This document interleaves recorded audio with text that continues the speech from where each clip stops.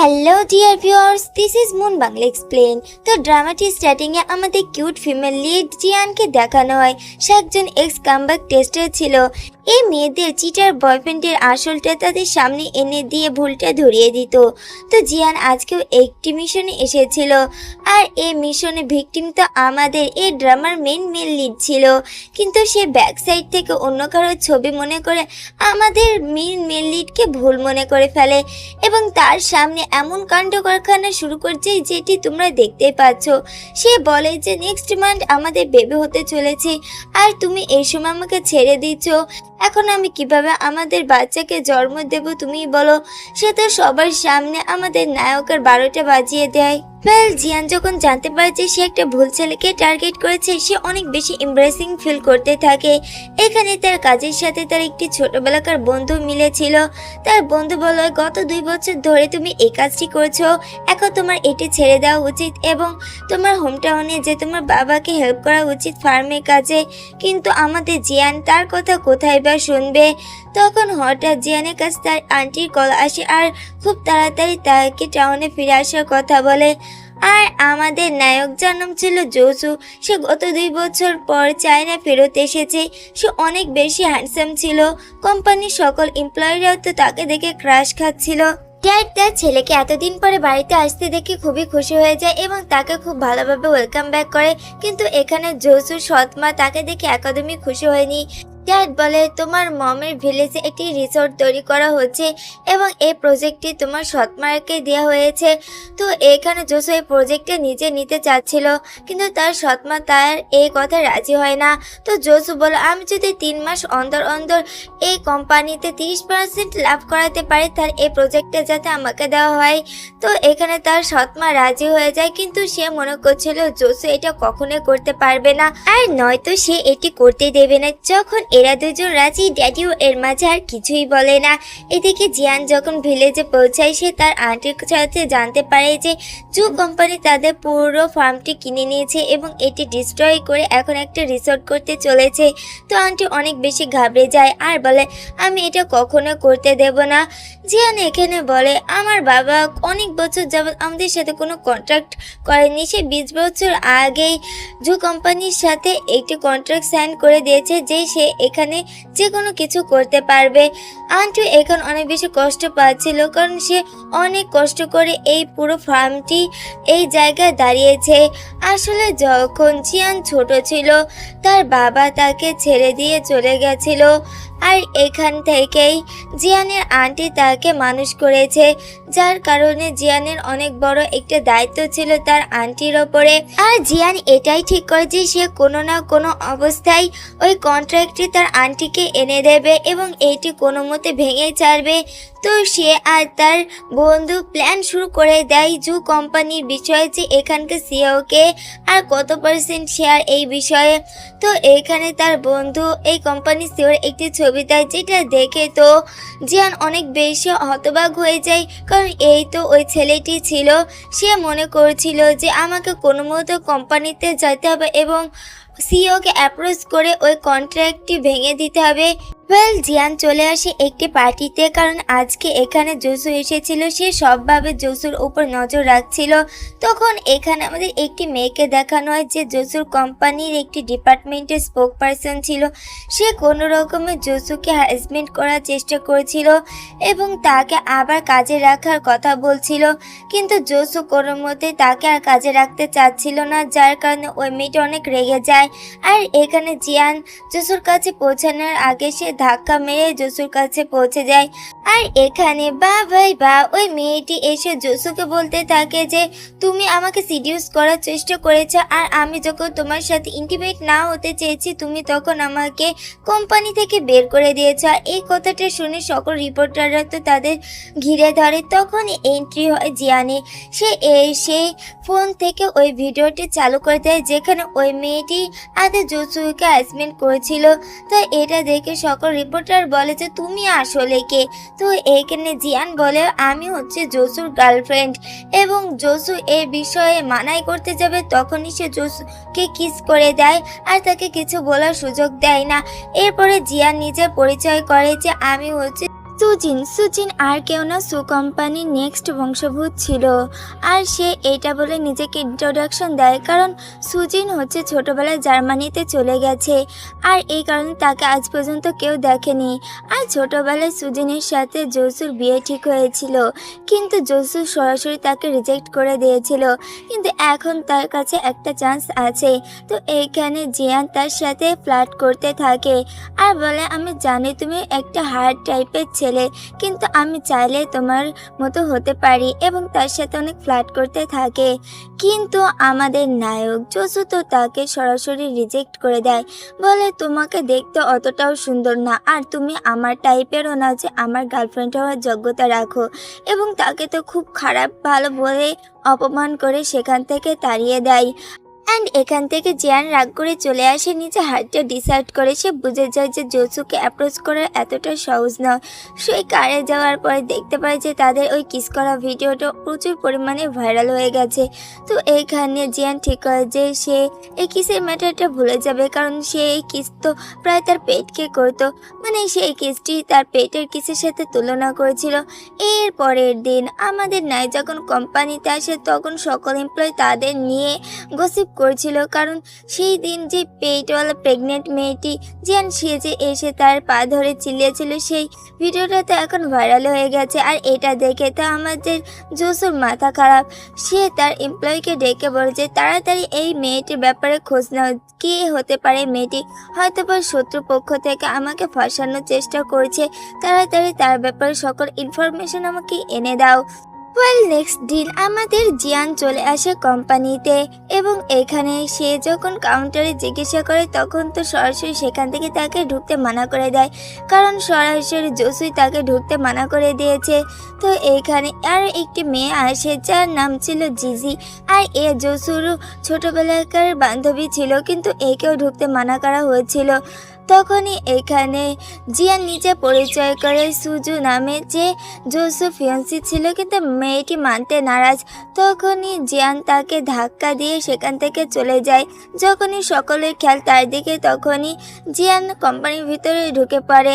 And madam তো ঢুকে ফ্ল্যাটিং শুরু করে দেয়। জসু অবাক হয়ে যায়, বলে তোমাকে ভিতরে ঢুকতে দিল কে? এখানে জিয়ান তো তাকে ফ্ল্যাটিং করার মাঝে ওই কাক্সিস কার্ডটি খুঁজছিল, কিন্তু ওই দরুন তার ওই কোডটি ছিঁড়ে যায়, যেটাতে জসু একটু সন্দেহ করে, বলে এই মেয়েটি কোনো না কোনো তো উদ্দেশ্যে আমার কাছে এসেছে, কারণ সে আমার কোটের ভিতরে কিছু একটা খুঁজছিল।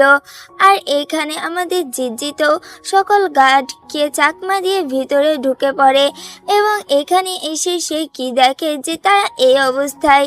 আর এইসব দেখে তো অনেক অবাক হয়ে যায়। জিয়ান এইদিকে ফাইলের ভিতরে কিছু একটা খুঁজছিল, কিন্তু জসু তাকে আবার তাড়িয়ে দেয়, আর এখানে জিয়ান রাগ করে বেরিয়ে আসে। এরপরে আমাদের জিয়ান বাবার কোম্পানিতে যায়। তখন বাবা বলে, তুমি সুজুর সাথে বিয়ে কেন করে নিচ্ছ না? তোমার সাথে তার ছোটবেলায় বিয়ে ঠিক হয়ে আছে, আর সে একটা ভালো মেয়ে, তুমি যদি তার সাথে বিয়ে করো তাহলে আমি ওর রিসোর্টের ফাইলটি তোমাকে দিয়ে দেব। তো এই বিষয়ে জসু এখন কিছু বলে না, কিন্তু তখনই সে জানতে পারে যে তার গ্র্যান্ডফাদার কোথাও হারিয়ে গেছে।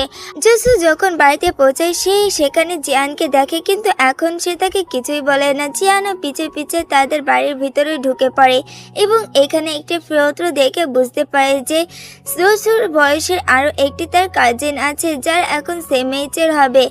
এখানে সে ডকুমেন্ট দেখে বুঝতে পারে যে আজকে তো জসু গ্র্যান্ডমাদারের বার্থডে।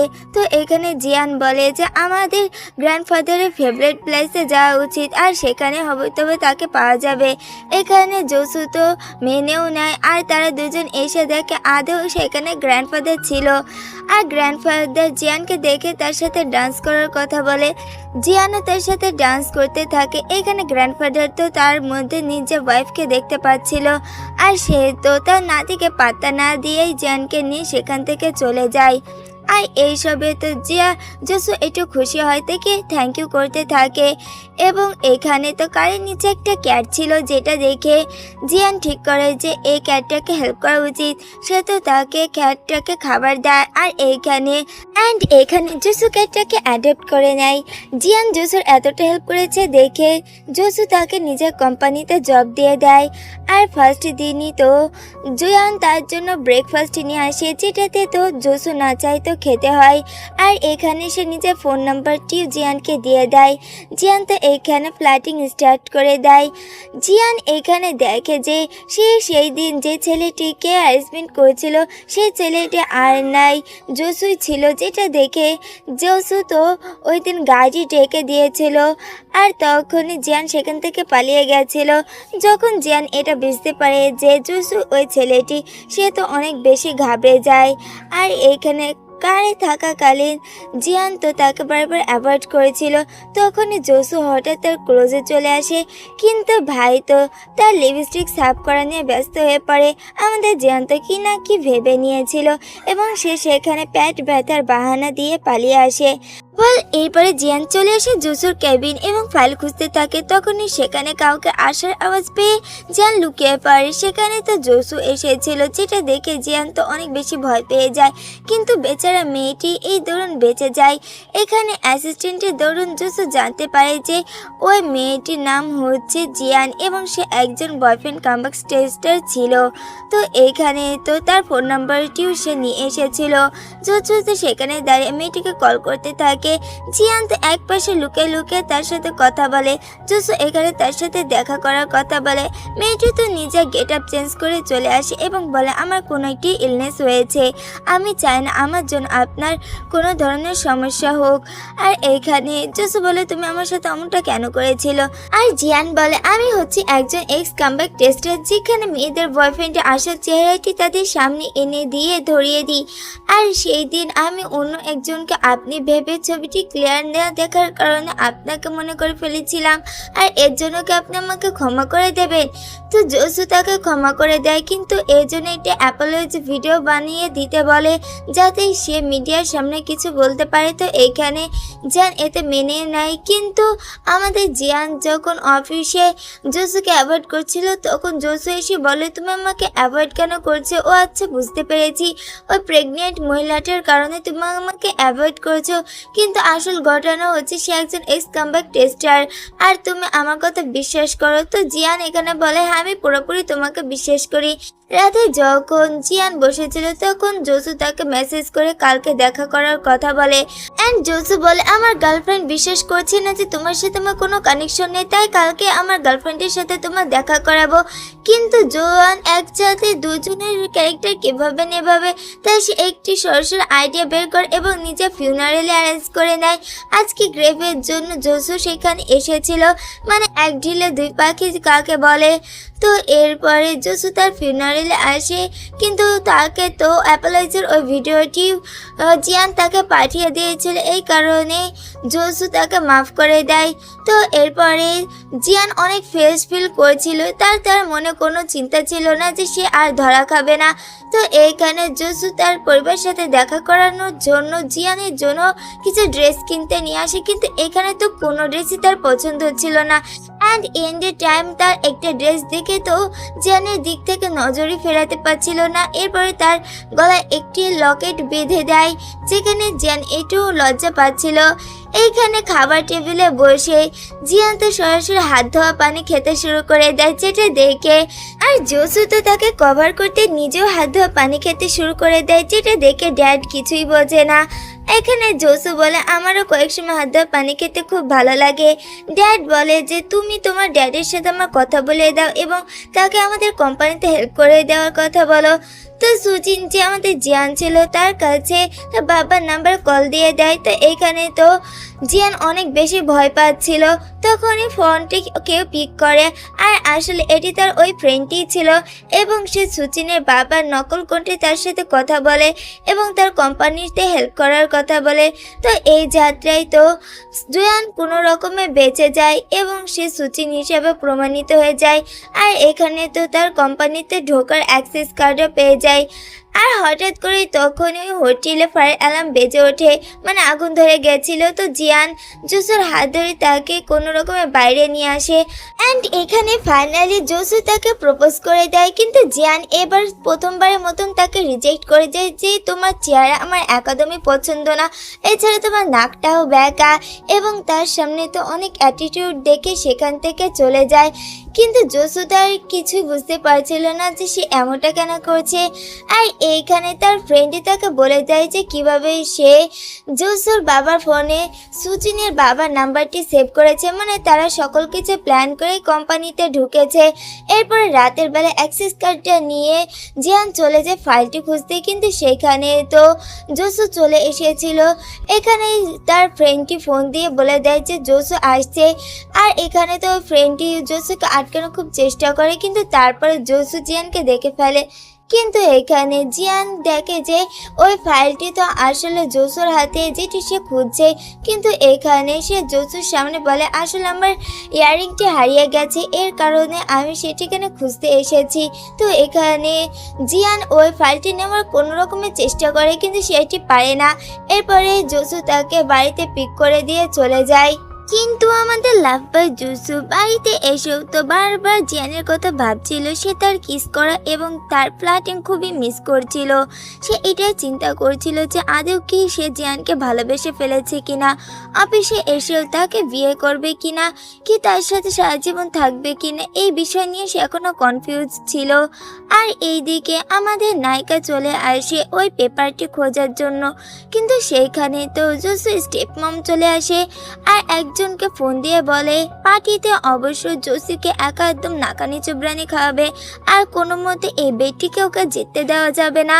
তো এইখানে জিয়ান বুঝতে পারে না জসু স্টেপ মম কোন বেটির কথা বলছে। তাই সে একটি অফিসে এমপ্লয়ের কাছ থেকে জানতে পারে যে জসু আর তার স্টেপ মমের মধ্যে একটা বেট চলছে, যেখানে একটি প্রজেক্ট নিয়ে দুইজনের ভিতরে ফাইট চলছে। এটা জানার পরে জিয়ান ঠিক করে যে সে জসুর হেল্প করবে, এই কারণে তার কোম্পানিতে চলে আসে আর বলে তোমার একটা ক্লায়েন্ট আছে না লিসা, সে অনেক খারাপ প্রকৃতির একটা ছেলে, তুমি পার্টিতে অবশ্যই তার সাথে মিশবে না, নয়তো সকলের তার কালো কার্টুনের ব্যাপারে জেনে যাবে। কিন্তু এইখানে জসু বলে তুমি তার ব্যাপারে কি করে জানলে, তোমার কাছে কি কোনো এভিডেন্স আছে? তো এরপরে রাতের বেলায় জিয়ান তাকে মেসেজ করে একটি পার্টিতে আসার জন্য। এখানে জসু মনে করে সে তাকে ডেটে ডাকছে, কিন্তু আমাদের জিয়ান তো ওই লিসা নামক ওই ক্লায়েন্টের আসল রূপ বের করার জন্য তাকে মূলত মেসেজ করে ডেকেছে। কিন্তু ওই ক্লায়েন্টটি ওয়াশরুমে গেলে জিয়ান এসে বলে দেখেছে তোমার ওই ক্লায়েন্টটি কতটি খারাপ। এরপরে ওই লিসা নামক ক্লায়েন্টটি ফিরে আসলে জসু একপাশে তাকিয়ে সব দেখতে থাকে, কিন্তু ওই ক্লায়েন্টটি তো বারবার জিয়ানকে ড্রিঙ্ক করার কথা বলছিল, কিন্তু আমাদের বুদ্ধিমান জিয়ান ওই ড্রিঙ্কটি কোনো মতে এক পাশ দিয়ে ফেলে দেয়, যেটা দেখে জসু বলে এই মেয়েটি তো একদম বেশি চলে। এরপর হঠাৎ সে টেনশনে পড়ে যায়, কারণ লিসা নামক ওই ক্লায়েন্টটি জিয়ানকে তো নেশা করিয়ে দেয় এবং তার সাথে নিয়ে যেতে থাকে। আর এরপরে জসু এসে ওই ক্লায়েন্টটিকে তো এমন এমন পাঞ্চ মারে যে সে এক নাগাড়ে অজ্ঞান হয়ে পড়ে যায়। আর সে জিয়ানকে বলে যে তুমি তো ঠিক আছো নাকি, এবং তাকে জাগিয়ে তোলে। কিন্তু এখন তো তাদের একটি ক্লায়েন্ট হারিয়ে গেছে, আর তারা এই প্রজেক্টটা কিভাবে বা করবে, এটার জন্য তাদের তো নতুন ক্লায়েন্ট খুঁজতে হবে। তো আমাদের জিয়ান চলে যায় একটা ক্লায়েন্টের কাছে, কিন্তু এই ক্লায়েন্টটি তো এই বিষয়ে একদম ইন্টারেস্ট ছিল না। কিন্তু সে কাপলদের ব্যাপারে খুবই ইন্টারেস্ট ছিল। সে বলে তুমি যদি তোমার বসের সাথে কাপল হওয়ার প্রিটেন্ড করো তাহলে আমি তোমাদের প্রজেক্টে থাকবো। তো এই কথাটি শোনার পরে জিয়ান চলে আসে তার বসের কাছে এবং সকল ঘটনা খুলে বলে। তো এরপর না চাইতে তাদের কাপল হওয়ার প্রিটেন্ড করতে হয়। আর এখানে ওই ক্লায়েন্টটি তো তাদের ইমেজ তুলতে থাকে। এখানে তারা তো অনেক বেশি এনজয় করছিল, সাথে সাথে তার ছবি তোলাও হচ্ছিল। তো আর আস্তে আস্তে এইসব করার কারণে ওই ক্লায়েন্টটা তো তাদের সাথে কাজ করতে রাজি হয়ে যায়। আর এখানে তো ক্যাটির জন্য তারা একটি ঘর খুঁজতেও এসেছে। এরপরে জসু জিয়ানকে নিয়ে তার অ্যাপার্টমেন্টে চলে যায়, কিন্তু সে তাকে তার রুমে ঢুকতে দেয় না, আর রুমে না ঢুকলে তো সে তার ওই ফাইলটি খুঁজে পাবে না। তো এখানে তারা দুজন ক্যাটের জন্য অনেক বেশি খুশি ছিল, কারণ তারা ক্যাটের জন্য একটি নতুন ঘর খুঁজে পেয়েছে। এরপরে আমরা দেখি তারা ডিনারে চলে আসে, আর এইখানে জিয়ানের এই প্ল্যানটি ছিল যে জসুকে প্রচুর পরিমাণে ড্রিঙ্ক করাবে এবং এরপরে ওই ফাইলটি সে খুঁজে নেবে। আর সে একের ওপর এক ড্রিঙ্ক করা থাকে জসুতে, কিন্তু কিন্তু আমাদের নায়িকা তো উল্টো অনেক বেশি ড্রিঙ্ক করে ফেলে এবং আমাদের বেচারা নায়ককেই তাকে সামলাতে হয় এবং নিজে অ্যাপার্টমেন্টে নিয়ে চলে আসে।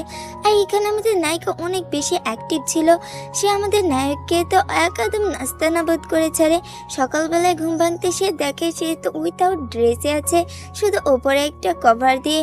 তো এইখানে আমাদের নায়িকা বলে রাতে তো ওই সব কিছু সকল কিছু হয়ে গেছে। আর তখনই আমাদের নায়ক এন্ট্রি নেয় এবং সে তো বলে যে আমাদের ভিতরে তো সব কিছু হয়ে গেছে, এখন তোমার লজ্জা পেয়ে কোনো কারণ নেই।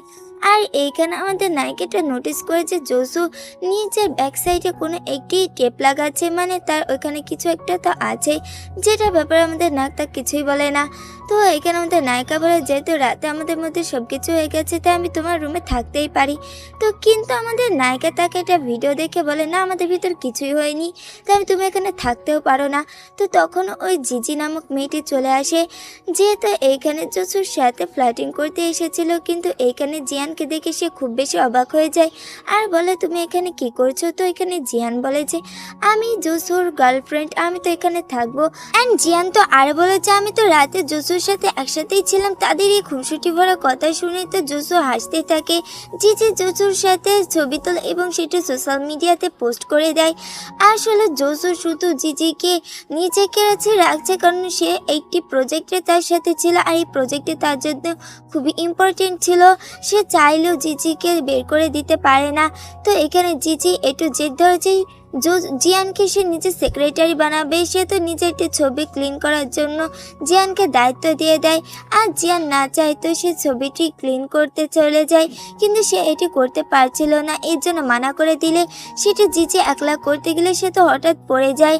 আর নিজের এত বড় একটা অ্যাক্সিডেন্ট দেখে সে তো নালিশ নিয়ে চলে আসে জসুর কাছে এবং বলতে থাকে সে এটা করেছে সে ওটা করেছে এবং বলে যে আমার এই অবস্থা একমাত্র দায় তোমাকে নিতে হবে, এখন থেকে আমি তোমাদের বাড়িতেই থাকবো আর তুমি আমার সম্পূর্ণ খেয়াল রাখবে।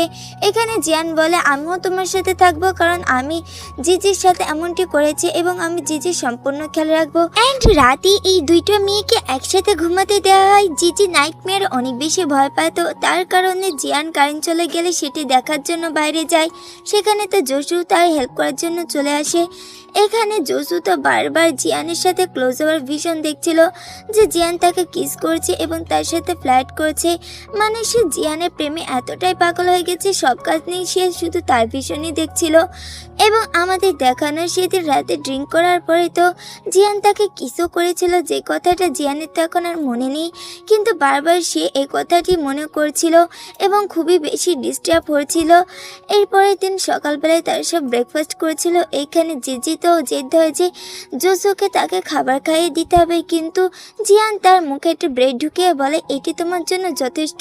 আর এখানে তো তাদের রেখে জসু অফিসে চলে যায়। আর এরপরে জিয়ান তো জসু রুমের দিকে যেতে থাকে, যেটা দেখে জিজি বলে তুমি তার অনুমতি না নিয়ে তার রুমে ঢুকতে পারো না। আর এখানে জসু অফিস থেকে বাড়ি ফিরতে দেখে এই দুই মেয়ের মধ্যে তো ফাইট লেগে গেছে। আর এইখানে জসু তো না জেনে শুনেই জিয়ানকে এখান থেকে বকে তাড়িয়ে দেয়। আর এরপরে জসু যখন জানতে পারে যে জিজি তাদের কিটিটি হারিয়ে ফেলেছে সে অনেক চিন্তায় পড়ে যায় এবং সেটি খুঁজতে বাইরে চলে আসে। সে দেখে জিয়ানতেই বৃষ্টির মধ্যে কিটিকে খুঁজছে এবং তারপরে তারা কিটিকে খুঁজে পায়। সকাল হতেই অ্যাসিস্ট্যান্টকে ডেকে জসু জিজিকে বাড়ি থেকে বের করে দেয় আর বলে যে তুমি এখন নিজে খেয়াল রাখতে পারো এবং তোমার বাসায় ফিরে যাওয়া উচিত। আর অ্যাসিস্ট্যান্ট তাকে নিয়ে চলেও যায়।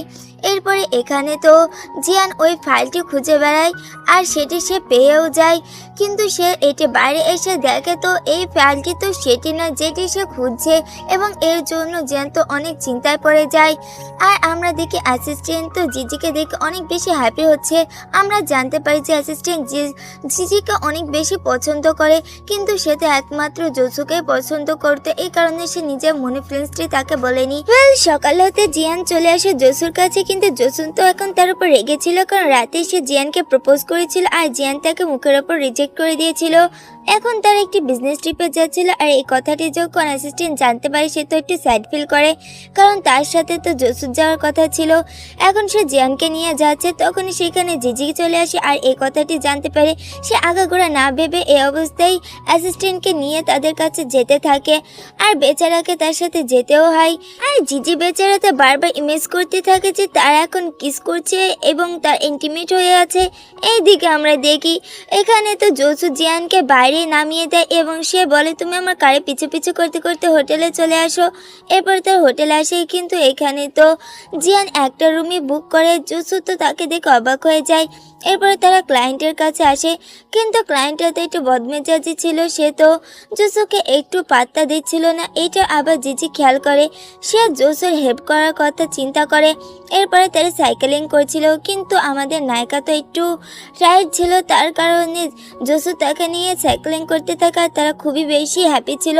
এদিকে জিজি চলে আসে আর ম্যাডাম তো ছবি তুলতে থাকে, আর আমাদের অ্যাসিস্ট্যান্টকে দিয়ে এত এত ব্যাগ ধরিয়ে দেয়, বেচারা কিছু বলতেও পারছে না। অ্যান্ড এরপরে এরা ক্লায়েন্টের সাথে দেখা করতে চলে আসে, কিন্তু ক্লায়েন্ট এখানে একটি শর্ত দেয়, যদি তাকে সাইকেল রেসিংয়ে হারিয়ে দেয় তাহলে সে ডিলের জন্য রাজি হয়ে যাবে। তো জসু এখানে তাকে হারিয়ে দেয়, আর ক্লায়েন্ট তাদের সাথে ডিল করতে রাজি হয়ে যায়। এরপর আমাদের নায়িকা যখন হোটেলে যাচ্ছিল তখন হঠাৎ সে তার ফ্রেন্ডকে দেখে ফেলে, আর সে ভয় পেয়ে একটি বাথরুমে লুকিয়ে পড়ে, কারণ তার সাথে যদি দেখা হয়ে যায় সে যদি জসুকে তার সিক্রেটের সকল কথা তাকে বলে দেয়। কিন্তু সেখানে তো ওই পুরনো ফ্রেন্ডটি তাকে দেখে ফেলে, আর এখানে জসু জেলেস হইতে জিয়ানকে কোলে করে নিয়ে সেখান থেকে চলে যায়। এরপরে জসু যখন জিয়ানের জন্য ওষুধ আনতে যায় তখন ওই পুরনো ফ্রেন্ডটি আবার চলে আসে আর বলে তুমি এখানে কি করছো। জিয়ান বলে আসলে জসুর সাথে তার কি সম্পর্ক, এবং তাকে এই কথাটি বলতে তাকে মানা করে দেয়, কারণ সে জসুর সামনে কোনো মতে ধরা খেতে চাচ্ছিল না। আর এখানে তার ফ্রেন্ডটি রাজিও হয়ে যায়। তখনই সেখানে জসু চলে আসে আর সুচিনকে বলতে থাকে তুমি কি এই ছেলেটিকে চেনো, কারণ সে জিয়ানকে তো সুচিনই মনে করছে। তখন ওই ছেলেটি বলে কেন চিনব না, সুচিন এত বড় একটি কোম্পানির নেক্সট বংশগত হতে চলেছে। আর এইখানে জসু তো তার খুব ভালোভাবে কেয়ার নিতে থাকে। এইদিকে এই ম্যাডাম তো ড্রিঙ্ক করে একদম টাল্লি হয়ে গেছে। সে জসুকে ফোন করে বলে তুমি যদি না আসো আমি এখনই রিভারে ঝাঁপ দেব। আর এখানে জসুকে না চাইতে এসে দেখে মেয়েটি তো পাগলামি ছাড়ছেই না। জসু তাকে পাগলামি করতে মানা করে, কিন্তু সে তো বারবার জেদ ধরতেই থাকে। আর এখানে তো জসু তার অ্যাসিস্ট্যান্টকে ডেকে সেখান থেকে চলে যায়। চিচিতে প্রচণ্ড রেগে যায়। রাতে জসু এখানে জিয়ানের বার্থডে উইশের জন্য আসে এবং এইটা অনেক সুন্দর ডিনার অ্যারেঞ্জ করে, কারণ সে কোথায় না কোথায় দেখেছে। কিন্তু এখানে জিয়ান তো মানা করে দেয়, সে বলে আজকে তো আমার কোনো জন্মদিনই ছিল না। তখন এখানে জসু একটু স্যাড ফিল করলে তখন হঠাৎ ফায়ারওয়ার্ক শুরু হয়ে যায়, যেখানে তাদের ডিনারটা আরও বেশি সুন্দর হয়ে যায়। আর এখানে জিজি আর অ্যাসিস্ট্যান্টে তো ফায়ারওয়ার্ক এনজয় করছিল, কিন্তু আমাদের অ্যাসিস্ট্যান্ট তো অনেক বেশি দুঃখী ছিল। জিজি তো তার এত ভালোবাসা ফিলই করতে পারছিল না। সে নিজের ব্রোকেন হার্টটা নিয়ে জিজির পানে তাকিয়েছিল। আর এইদিকে একটি টুইস্ট এক্সপ্রেস হয়ে যায়। সে জিয়ানের ব্যাপারে সব কিছু জেনে গেছে হোটেল থেকে, যে জিয়ানি ওই প্রেগনেন্ট মহিলাটি ছিল যে তার সাথে কামব্যাক টেস্টের হিসেবে ফাইট করছিল। সে তো জিয়ানের সকল হোমটাউন এবং তার সকল কাজকর্মের ব্যাপারে জেনে গেছে, এবং এরপর থেকে তো সে জিয়ানের সাথে কোল্ড বিহেভ করতে থাকে। জিয়ান তো কিছুই বুঝছিল না, সে মনে করেছিল সে হয়তো কোনো ভুল করে ফেলেছে। বাট আমাদের চালাক জসু তো তার বিষয়ে সব খোঁজ খবর নিতে থাকে, এবং সে তো তাকে নিয়ে সরাসরি তার হোমটাউনে চলে আসে। বেচারাতে ফেসে গেছে, এখন কি করবে সে তো নিজেকে যথাযথ কভার করার চেষ্টা করে যাতে তার আন্টি তাকে চিনতে না পেরে যায়, এবং সে তো এটি দেওয়া করেছিল যাতে এখানে তার সাথে তার আন্টি দেখা না হয়ে যায়। কিন্তু যা হওয়া তাই হয়ে যায়। তার ডগটি তো তাকে দেখে সাথে সাথে চিনে ফেলে এবং তার চারপাশে ঘুরতে থাকে। তো এখানে জসু বলে এই ডগটি কি তোমাকে চেনে নাকি, এমন মনে হচ্ছে এই ডগটি তোমারই। এখানে তো জিয়ান নিজেকে কোনো মুহূর্তে লুকিয়ে ফেলে এবং তাকে ধরা খেতে দেয় না। তখনই সেখানে জিয়ানের আন্টি চলে আসে এবং সে জোসুকে জো কোম্পানির কোনো এমপ্লয়ি মনে করে মারতে থাকে। আর এসব দেখে জিয়ান তো অনেক বেশি হ্যাপি হয়ে যায়।